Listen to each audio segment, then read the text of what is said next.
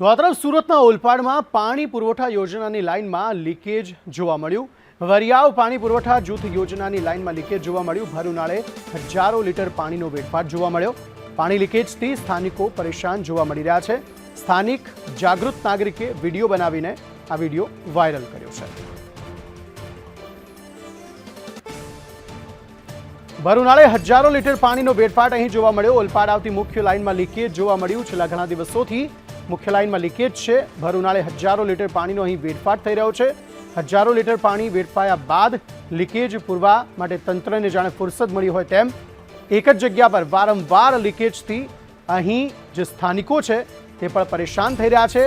એક સ્થાનિક જાગૃત દ્વારા આ વિડીયો જે છે તે બનાવવામાં આવ્યો અને વાયરલ કરવામાં આવ્યો। કદાચ એ વાયરલ વિડીયો જોયા બાદ જ તંત્રને ખબર પડી કે આ પ્રકારની સ્થિતિ છે અને તેઓ તુરંત જ અહીં સમારકામ માટે આવ્યા।